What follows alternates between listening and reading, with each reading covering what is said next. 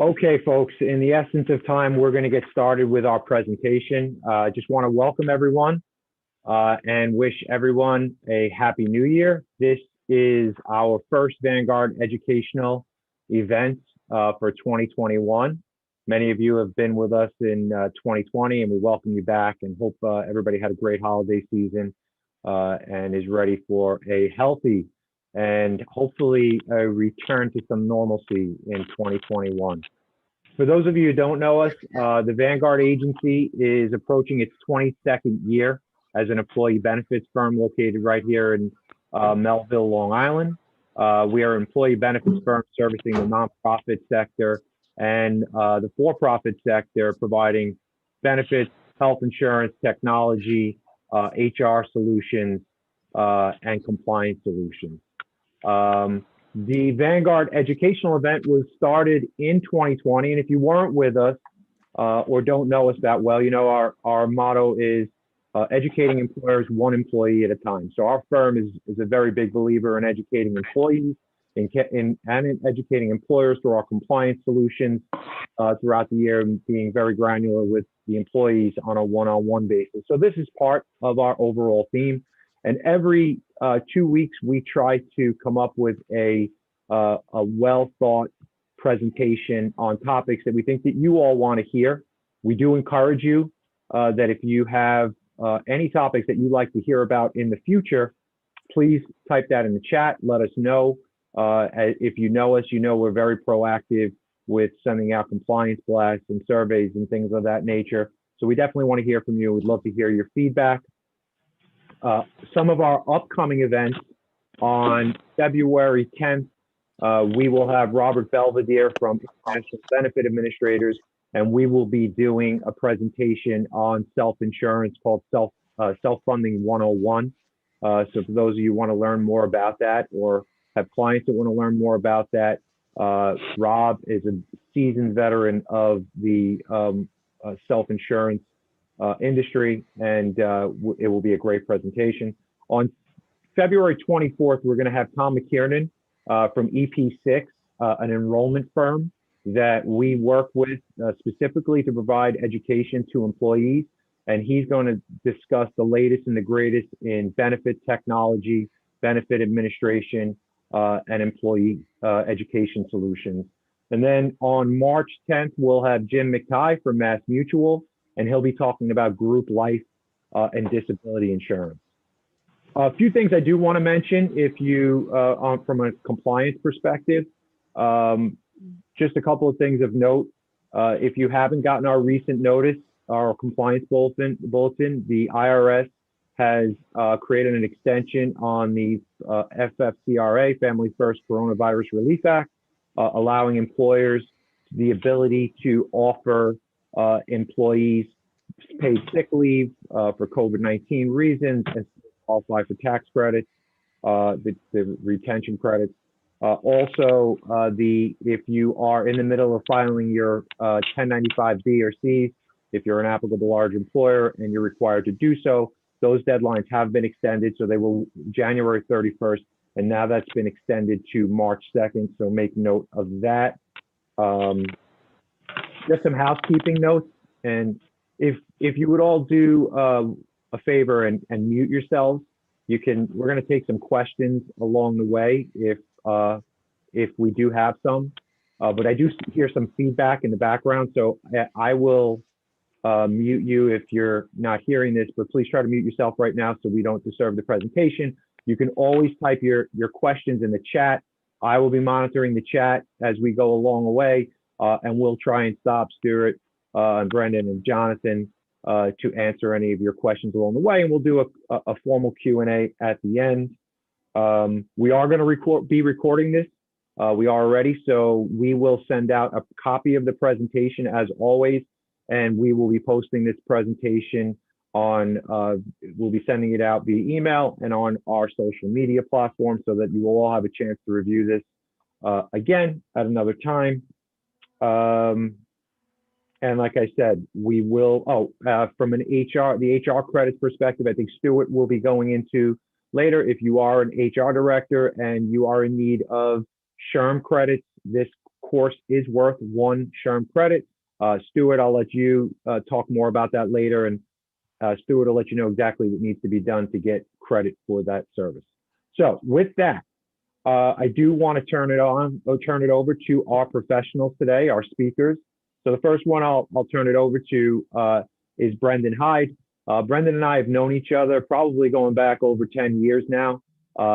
Brendan is a seasoned financial advisor and financial professional and has many years experience in the retirement sector, which is very appropriate for the topic I have. So I'm going to turn it over to Brendan, and he'll speak to you for a few minutes and introduce some of the speakers for today. So Brendan, why don't you take it away? Thank you very much, Ed. Hopefully everybody can hear me okay. Appreciate you having us on the call. And as Ed said, I'm the Director of Retirement Plan Services for Compass Advisory Group, where we have a deep expertise and focus on institutional retirement plans in both the nonprofit and for-profit segments. And as Ed and I were talking over the last couple of months, one of the common things that usually comes up is how retirement plans or retirement is interrelated and connected to healthcare, and the slew of different topics that would fall under that umbrella, whether it's saving for retirement and healthcare costs in retirement, how to address that and such. And we had a lot of these conversations with our corporate clients and nonprofit clients when we're reviewing their retirement plans, is the preparedness and how does this have an impact on a retirement plan. So we thought it'd be a great opportunity to bring some value to everybody here on the call today, talk about this subject in more detail. And to do that, we've actually partnered with our close friends at T. Rowe Price, Stuart and Jonathan, to deliver this content. So I think you'll find it very, very timely, but also I think you'll be a little bit, open your eyes to the topic in more detail. And as Ed mentioned, it does provide one credit or SHRM credit, which is fantastic. I know Stuart will go into that process and how that you can get hooked up with that if you are eligible for that as well. So to get things started, I'll take the baton and hand over to Jonathan, who will kind of lay it out for us, and then we'll get into the topic. So thank you again, Jonathan. The ball is yours. Great. Thank you. And good afternoon, everyone. Great to be here. Thanks for having us.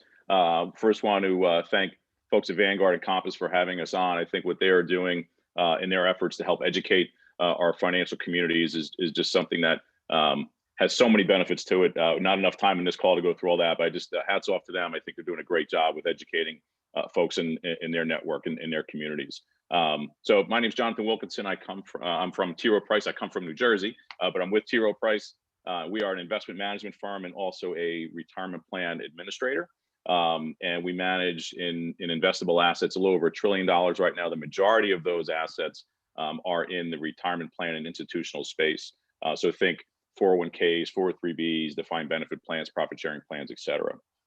And part of what we do, in addition to managing retirement plans and investing our clients' assets, is we try and do a lot of research on topics that could be valuable to our investors, to our clients, to our partners such as Vanguard and Compass.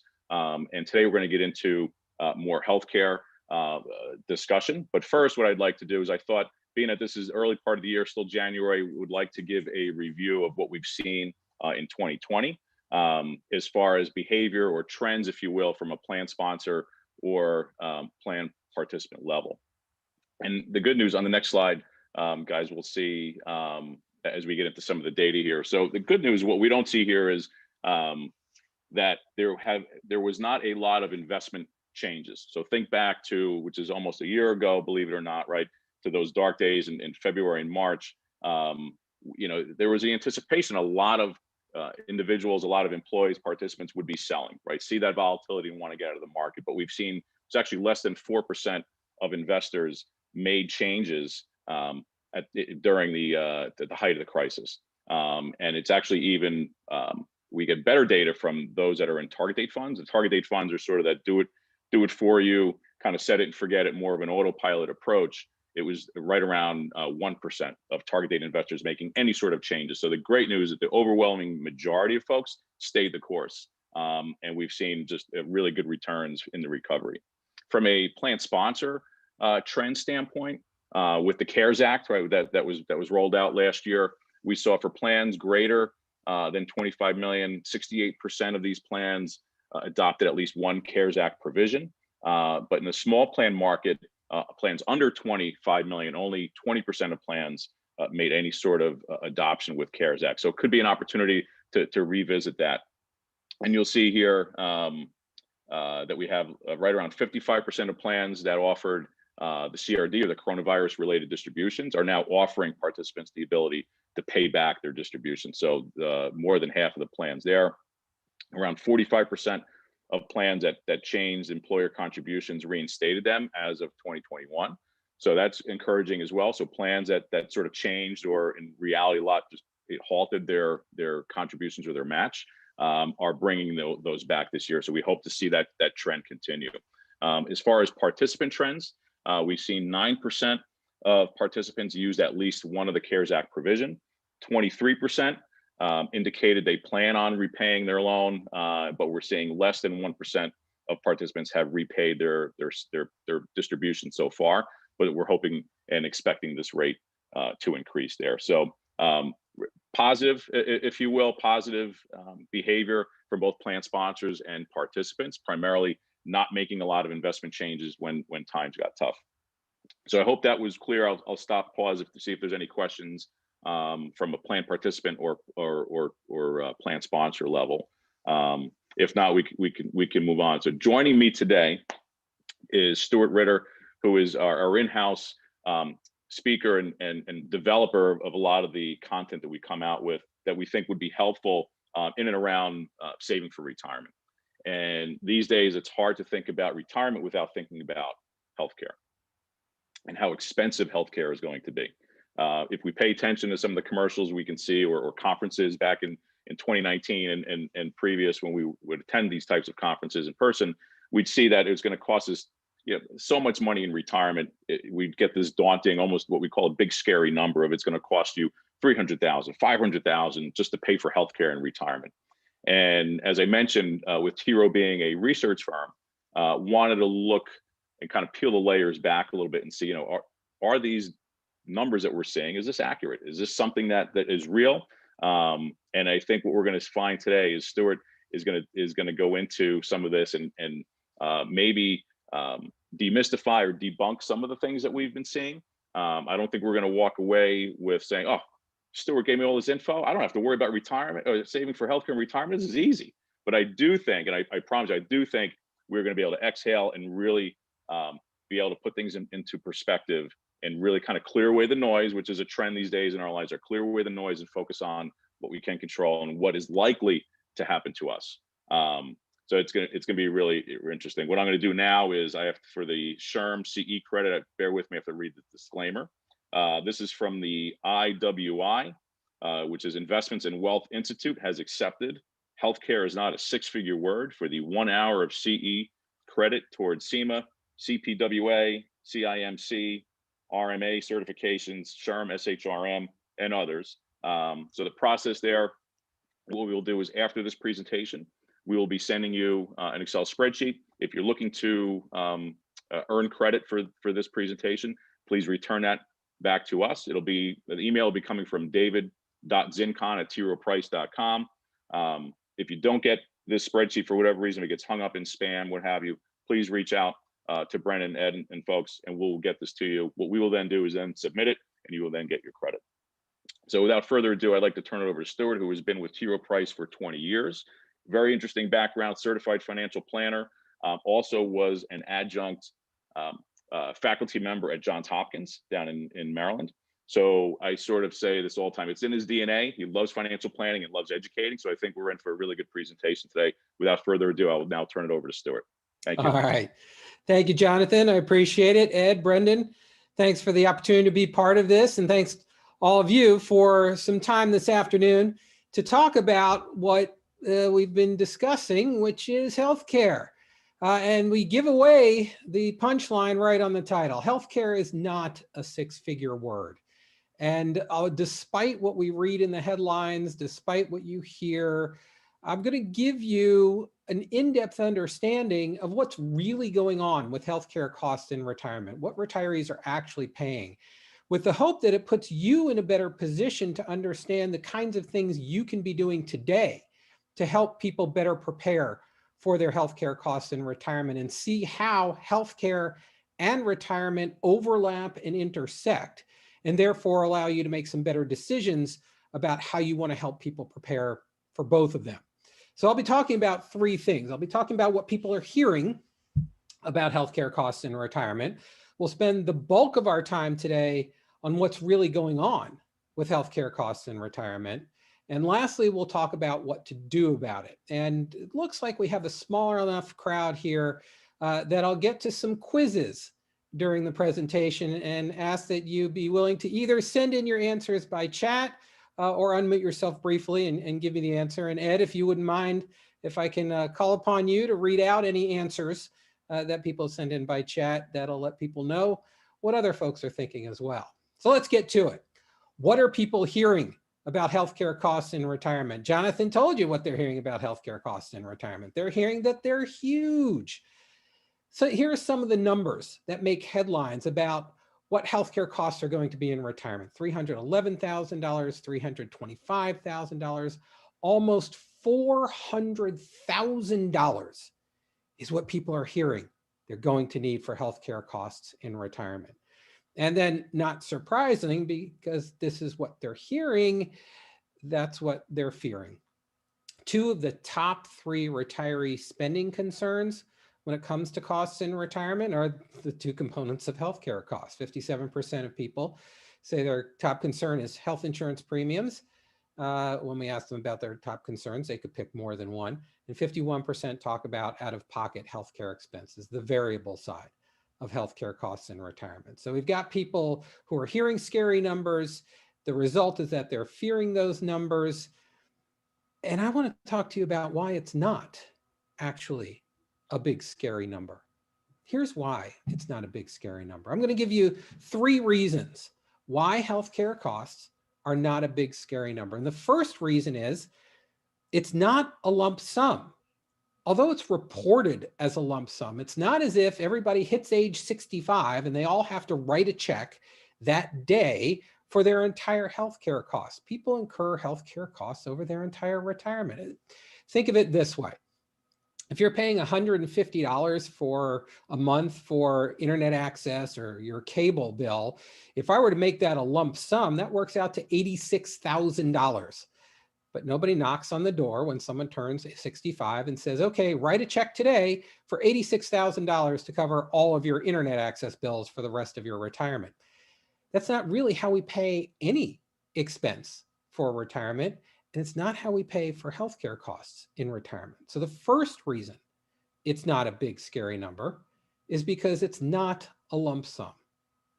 The second reason it's not a big, scary number is that you is not we. Those numbers I showed you are for a couple. They essentially double what an individual may pay. And yet too often they're reported as an individual's cost. And very often, that's how people internalize it. They see the number, they think that applies to them individually, and they've essentially doubled what those costs would actually be for them as an individual. And the third reason it's not a big, scary number, and I would argue that this is the most important reason it's not a big, scary number, is because those numbers you see are not even remotely average. Those numbers are often reported and very often internalized again as what everybody is essentially guaranteed to pay. I hit 65, I better write a check for almost $400,000.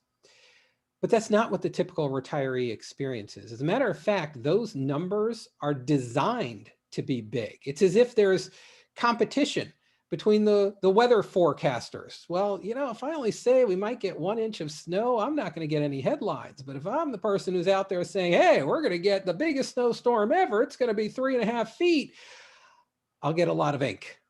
Well, sometimes when it comes to the numbers for healthcare costs, it feels like that's what's going on. For one of those numbers I showed you, here's how they came up with that number. They looked at the range of medical costs that retirees pay. And they picked the number that was higher than what 90% of all the retirees pay, the 90th percentile. And then they looked at what people paid for prescription drug costs.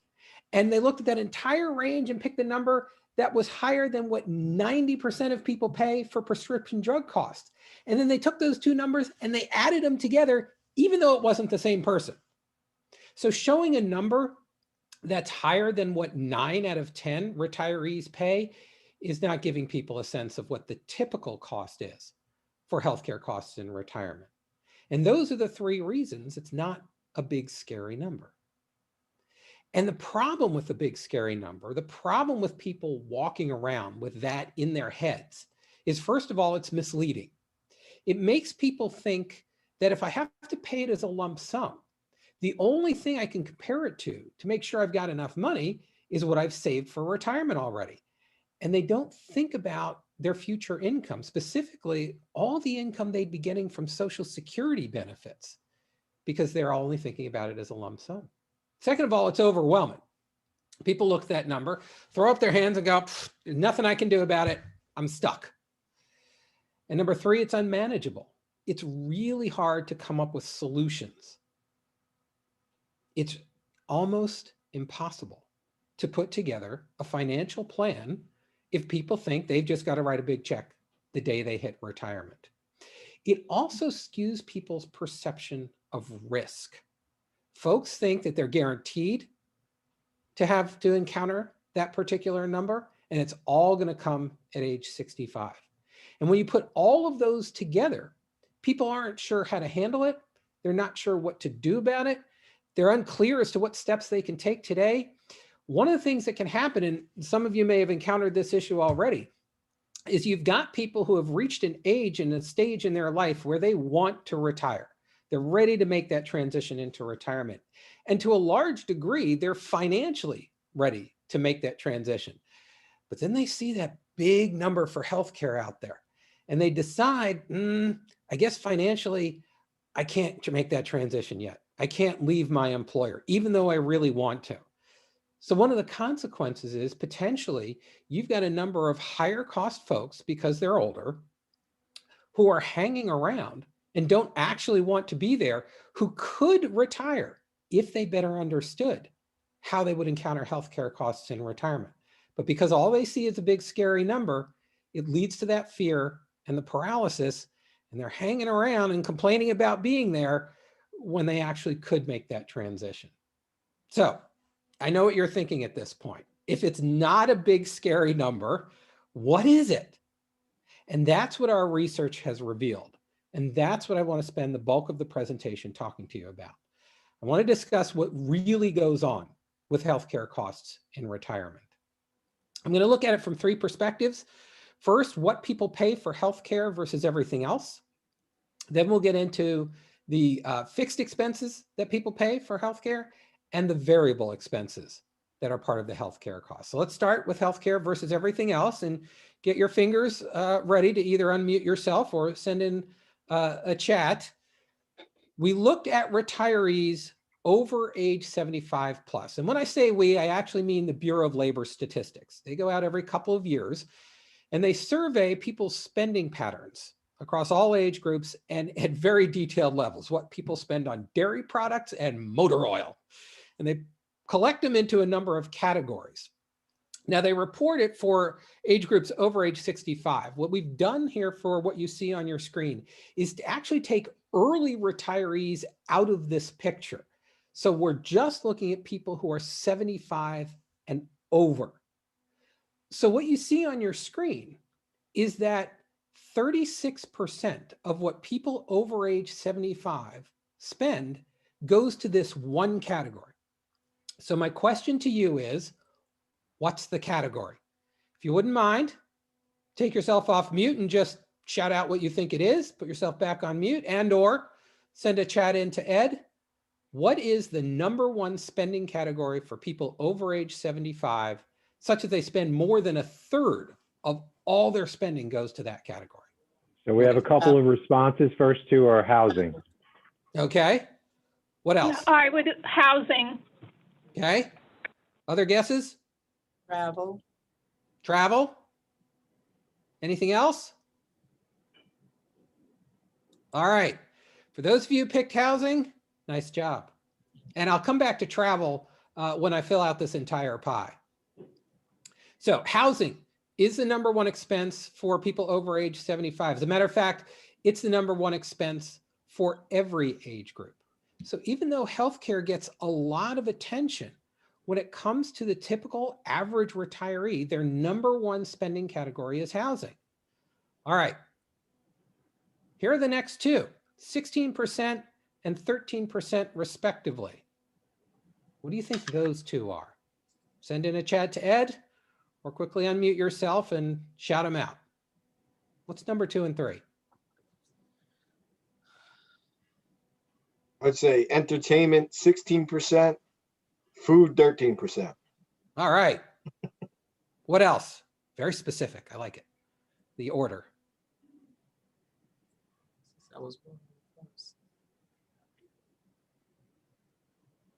Ed, any other answers coming in? We have utilities. Utilities? What else? Food and entertainment. Food and entertainment. For me, it would be golf.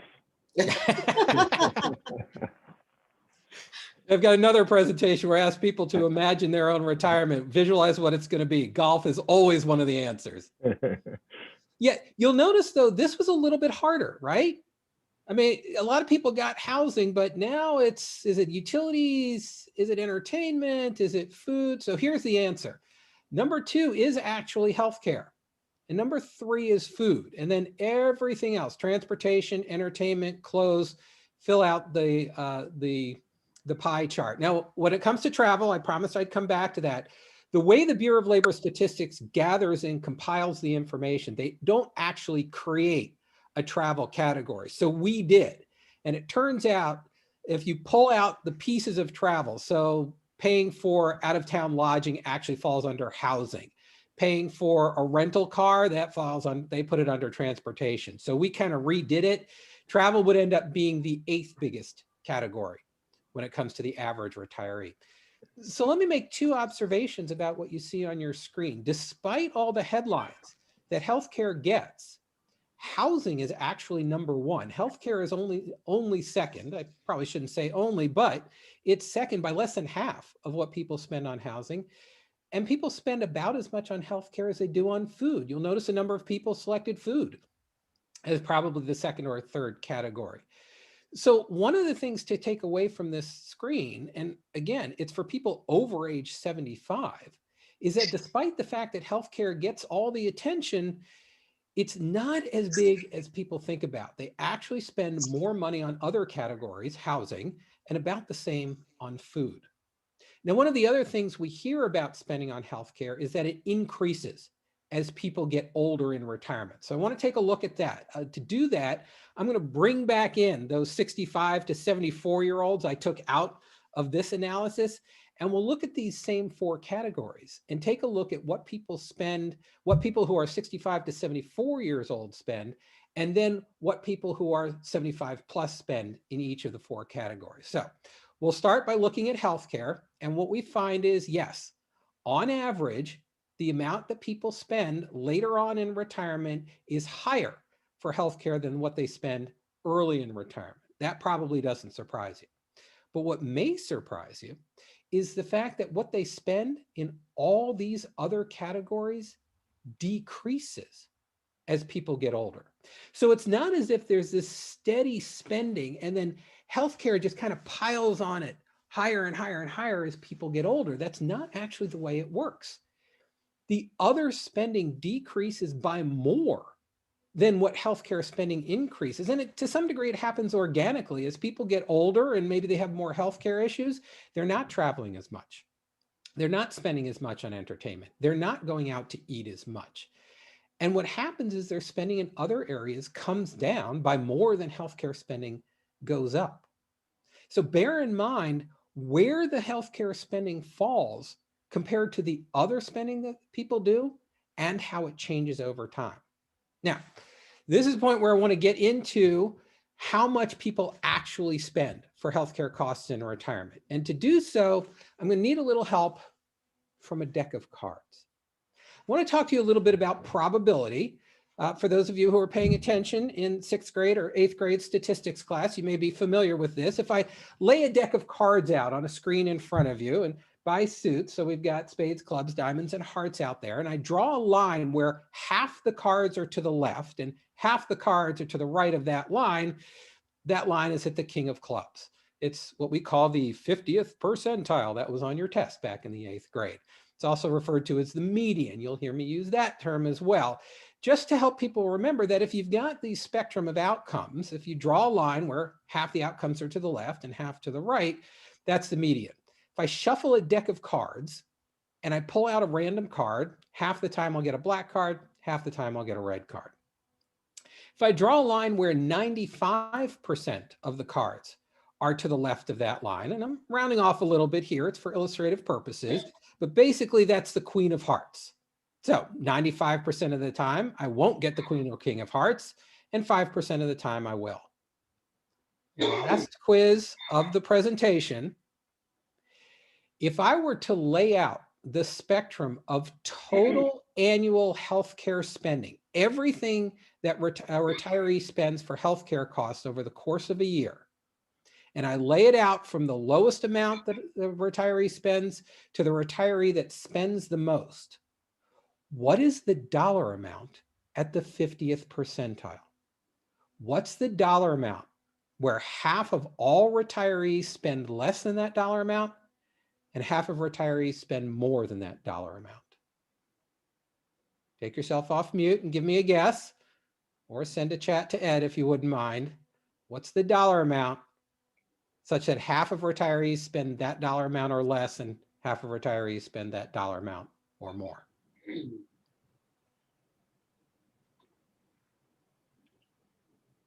You stumped them. $9,500 is the first. All right. $6,500. 9,500, 6,500 total annual healthcare spending, premiums and out of pocket. Any other guesses? So not only are people not responding verbally, I think everybody took themselves off the video as well. They're hiding.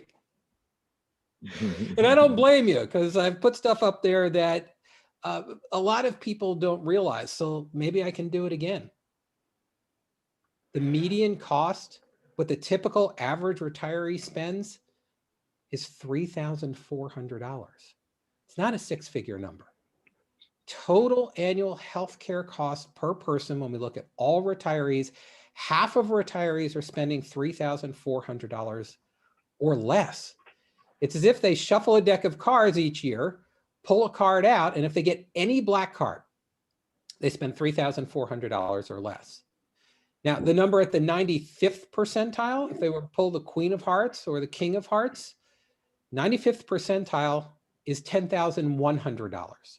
So if somebody has an expense that's higher than what 95% of the other retirees are spending in their total annual healthcare costs, that number is $10,100. And if they pick any other red card besides the Queen or King of Hearts, they're paying something between $3,400 and $10,100.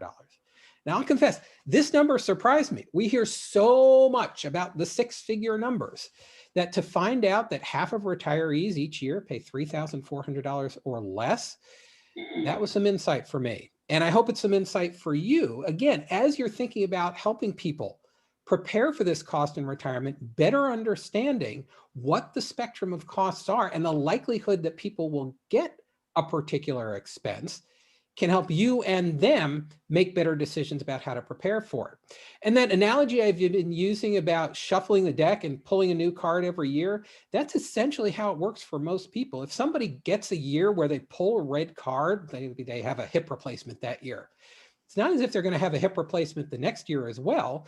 They're basically reshuffling the deck and pulling a new card. For a few people, about 5% of folks, if they have an expense that goes up by $4,000 or more than they usually spend, that can be persistent. But for 95% of people, they're pulling a new card out of the deck each year.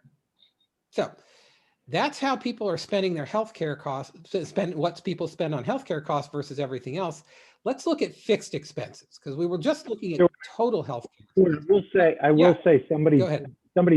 somebody did bet $1. So following the Price is Right rules, I think they've won a new car, and they should see you about that, Yes, right? we have that in the showroom behind us. That's how it works. Although I am impressed that they took that approach. We are all familiar with how these guessing games work. All right, so let's look at fixed expenses. So when people are spending that total healthcare amount each year, I want to look at how much of that is spent on fixed expenses. 3 out of $4 goes to fixed expenses. And what's important about fixed expenses is they're fairly knowable, they're budgetable. I can work them into my monthly or annual budget. I know what they're going to be with a fairly high level of certainty. And 3 out of $4 that a retiree spends on healthcare costs fit into that category. So recognize that when people are saving for retirement costs, they're going to be spending it basically the way they spend for just about everything else. People figure out what their housing costs are going to be, work it into their monthly budget. What their food costs are going to be, work it into their monthly budget. So it becomes part of the holistic retirement planning that people are already doing. One of the takeaways from this slide is recognizing that most of the spending is on premiums, generally Medicare premiums. Now, I know what you're all thinking. That's not what we're all worried about. We're worried about that big out-of-pocket costs. So let's move on to variable expenses. I'm going to take those Medicare premiums. We're going to set them aside for this section. And we're going to look at 2 aspects of the variable costs people spend out of pocket for their healthcare costs in retirement. We're going to look at their annual costs, and we'll look at their end-of-life costs. And here, end-of-life is the last 2 years of someone's life, which tend to be the most expensive. And let me make an important statement here that some of you have been thinking about in the back of your mind. Where do long-term care costs fit? And the answer is we have incorporated spending on long-term care costs into this analysis. The numbers you are seeing include what people spend for long-term care costs. So it's not just medical costs, it's not just prescription drug costs, it's also long-term care. So let's take a look at what happens with those numbers. So I'm using my deck of cards again. This time I'm going to break it down by age bands. So we're looking at the median. Here's the dollar amount for annual variable costs. We've set aside the premiums for people in their 60s and 70s. And those folks, the median amount they pay out of pocket is $1,000. For people in their 80s, the median annual variable cost is $1,000. Did you see the age change up at the top? Because that's the only thing that changed. For people in their early 90s, it's $1,000. And for people in their late 90s, it's $1,000. When you look at every age band, the median amount is $1,000. Now, again, I know that's not what people are worried about. Let's go look at the 95th percentile. I'll go back to age 60 and 70. For people in their 60s and 70s, if they have an out-of-pocket annual cost that's higher than what 95% of other people at their age band are paying, that number is $7,000. In their 80s, that number is $13,000. For folks in their early 90s, it's $33,000. And for people in their late 90s, it's $42,000. So we're finally getting to those big numbers that both you and I knew were out there. At the same time, this hopefully changes the way you see the numbers. Let me put it all into one table so you can see it in one place and make 2 observations. My first observation is the amount that people pay for out-of-pocket costs at the median, so the number where half of people are paying that number or less, is fairly modest and doesn't change for older age groups. Where we do see the big numbers, and those big numbers are out there. This presentation is not to say that big healthcare costs don't exist. What I'm hoping it helps you recognize is who they exist for and the likelihood that they'll show up. They tend to show up in people's 90s, especially their late 90s, and only when they have an expense that's higher than what 95% of everybody else in their late 90s are experiencing. So if we're looking at a 65-year-old, they need to bring both of those into account. Whether or not they'll have an expense that's higher than 95% of everybody else, and whether they'll live to age 95 in the first place. the longevity aspect. So for a 65-year-old male, about 1 in 4 will live to age 95. For females, it's 1 in 3. I'm consolidating a little bit, but if we're looking at a 65-year-old and the likelihood that they might experience that $42,000 expense, it's as if they shuffled 2 decks of cards together, one with red backs, one with blue backs, and they only would see that $42,000 if they pulled just the King of Hearts with the red back from 2 decks of cards. So can it happen? Yes, the number is out there. At the same time, it's important to understand the likelihood of someone experiencing that particular number. All right, that takes us through the annual costs. Let's briefly look at end of life costs. What happens during the last 2 years of someone's life for their annual variable expenses. Last 2 years for this part. Here are your age bands. Same pattern. Not much of a change between 60 and 70-year-olds and 90-year-olds, and still a fairly modest amount at the median. For folks who have an expense that's higher than what 95% of other people are experiencing at their age group, there it is. There's the 6-figure number. It happens. It exists. Same thing though. The odds of a 65-year-old experiencing that $114,000 is as if they shuffled 2 decks of cards together and pulled the King of Hearts with the red back. Those numbers are out there. The likelihood of somebody experiencing it though, even at the end of life, the most expensive part of someone's life is still pretty modest. I want to break it down even by gender, and we're going to see the same pattern here, and then we'll look at one other aspect of end-of-life expenses, or medical expenses, variable expenses. Here we're seeing a similar kind of pattern, not much of a difference between the age bands and not much of a difference between males and females. The amount that people pay at the median for the most expensive part of their life, the 2 years before they pass away, for their variable expenses each year, $6,000 is the highest number. Where we do see a big difference is at the 95th percentile, especially for people in their 90s. Then you do see a fairly big gap between males and females for those who live to their late 90s and experience an expense that's higher than what 95% of other people are experiencing. So the numbers are out there. They're fairly big numbers. At the same time, recognize that who experiences them is fairly small. Now, I mentioned long-term care costs are in here. Here's what long-term care costs specifically look like at the end of life. It's not a typo. At the median, half of people pay $0 or less. As a matter of fact, you can go up to the 75th percentile at all the age groups except the 90s, and it's still $0. 3 out of 4 people pay $0 for long-term care costs in the last 2 years of their life, all the way up into their 90s, and there it's about $13,000 at the median.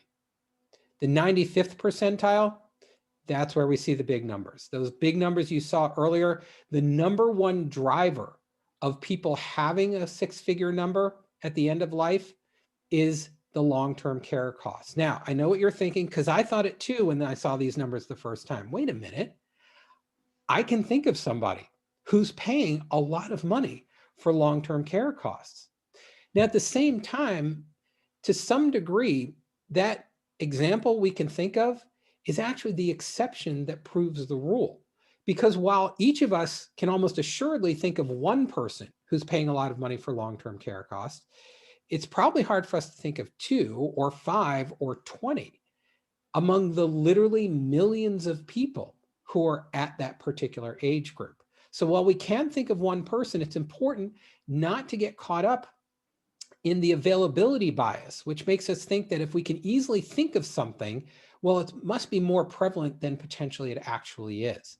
Because when you look at the numbers, most people pay nothing for long-term care costs in the last 2 years of life. Now let's look at this from one other angle, and then we'll shift into what to do about it. And that's the concern people have about, will healthcare use up all of my money? So when I get to the end of life, especially if I have a spouse or partner, will my death and the amount I pay for healthcare costs leave them without any money? So I put it all up on the screen right here. At the median, there's a very, very small percentage of the net worth that people have that gets spent on healthcare costs, single digits. Again, it's only for people generally in their 90s who have an expense that's higher than 95% of everybody else that end up spending significant percentages of their healthcare, of their net worth. Now, the reason this is 135%, let me give you two pieces of information to understand that 135%. The first piece of information is, since we're talking about long-term care, we actually pulled people on Medicaid out of the analysis because, as you know, people who are on Medicaid pay nothing for long-term care costs. Now, one of the requirements for being on Medicaid is that your net worth has to be fairly low. So we took those people out because having a number of people that are just paying zero would skew the answers here. What you see, the 135% of folks, those are the people whose net worth is just above the cutoff for Medicaid. So the same dollar amount that everybody would pay, well, if they're dividing it by a fairly low asset base, they end up incurring costs that are higher than what their net worth is. That's why it's 135%. And then as people have higher net worths, those same dollar amounts divided by those bigger numbers start decreasing the percentages. So we took people on Medicaid out of this. And what you see is, again, only for older people, only if they have an expense that's higher than 95% of everybody else, do you see the bigger percentages. For everybody else, it ends up being a fairly modest percentage of their household net worth. So retirees actually experience healthcare costs not as a big scary number. It's not even the largest expense in retirement. It's generally an annual expense. Most of the dollars go to fixed costs. And of the variables at the median, it's a fairly modest amount for everybody. Those big six-figure numbers are out there, but it tends to hit a very, very small number of people, generally those who are in their 90s and those who encounter an expense that's higher than what 95% of everybody else is encountering. So let's talk about what to do about it. And then, as Ed said, we've left some time at the end for any other questions that you might have. So the first thing to do is understand the situation. We spent some time talking about the cost. It's also helpful to understand the person who might be on their wellness team, family and friends that could help with medical issues, if they have an advanced directive that can affect what treatments are provided at the end of life, and their personal circumstances, not just how much have they saved, but what their risk tolerance might be, how they view insurance and their willingness to trade off an increased ongoing expense for premiums for some of those variable expenses at the tail end, those kinds of things. And it leads us to a position now that we better understand the problem, where we can better assess potential solutions. So there are three to think about. Number one is funding, and that's not just how much has someone saved, but what accounts have they been able to use. If someone has all their money in a pre-tax account, we know you make the withdrawal, that counts as taxable income, and they lose part of that money to taxes potentially. And if they have a year where they draw a red card and there's a spike in expenses, well, that might increase their tax bracket, subject more of those Social Security benefits to taxation, might increase what they pay for Medicare. On the other hand, if there is a Roth option, if there's a health savings account, that puts them in a position, if they're making a qualified withdrawal, to be able to take money out without any of those collateral tax consequences. So one of the things to think about is, what accounts do people need to have access to? The second one is, what investments are available? It's not just about the ongoing expenses that people have. As we saw, once you get above the median, people who are older sometimes pay more. Is there enough potential growth in the investments that are available and that they're choosing in order to keep up with those increasing expenses? And lastly, as I mentioned, what insurance solutions might be available? Medicare, Medigap, long-term care, what do people want to do with that? And as you've already concluded, someone's retirement plan plays a key role in how they're going to be able to handle healthcare expenses in retirement and what they can do right now in order to prepare for them. So is there a financial wellness program that's available that might help people do the budgeting, have emergency funds, be able to manage some of these expenses? T. Rowe Price has a visualized retirement program that helps people figure out what their retirement might be and who might be on their wellness team. And then what kinds of plan design issues have been thought through? Are there systematic withdrawal options to help people with the ongoing expenses? Is there an ad hoc withdrawal option to help people with a red card should they happen to pull one out one year? What accounts are available? Is it just traditional or is there a Roth option? Is there a health savings account? And again, what investments are available? So the overlap and the intersection between the decisions that are made for retirement plans and what people need for their healthcare benefits is pretty big. And we have a number of resources available to help you learn more about the topic. If you want to contact us, we'd be happy to share those with you. And it's important to recognize that healthcare expenses are not a six-figure word. It's not something that we should be avoiding, and it's not a one-time decision. It's something that can be incorporated into the overall retirement planning we're already helping people do. They're going to reevaluate every year and adapt. And my hope is that this presentation has helped you better understand healthcare expenses in retirement and put you in a position where you can help people no matter what may be in the cards for them. So thank you very much for the time. I've left a little bit at the end here for any questions you might have. And again, feel free to get in touch with Brendan, Ed, Jonathan. We'd be happy to share more information about this. Any questions or any wrap up that you have, Ed? Great. Thank you, Stuart. We'll give a moment or two here to see if there's any questions that pop up.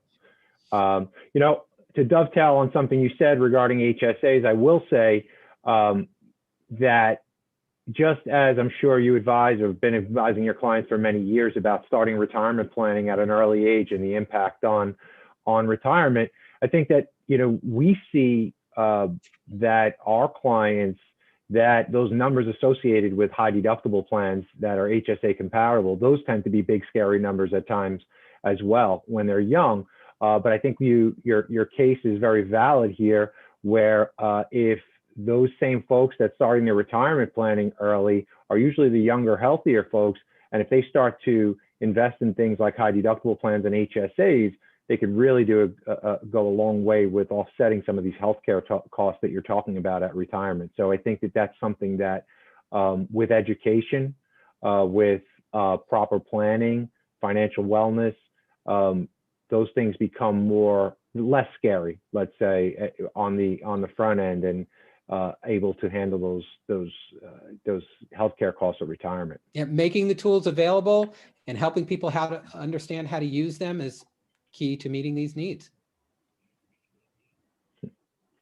Not a question, but we have a comment, and you definitely had some impact. Regina Edwards said that she feels a little lighter after this presentation. So we're glad to hear that, Regina, and thanks for joining us again.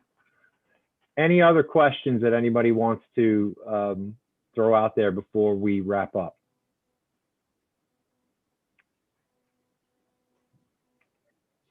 Okay. With that, again, I want to thank our presenters. Stuart, thank you, did a great job. Jonathan, Brendan, thanks for putting this all together today. I hope everybody saw as much value in this presentation as I did. Look out for our invite coming up for our next event on March 24th. February 10th, where we'll be talking about self-insurance and self-funding 101. So everybody have a great day. It was great to see you all again. Have a great 2021, and we look forward to seeing you in the near future.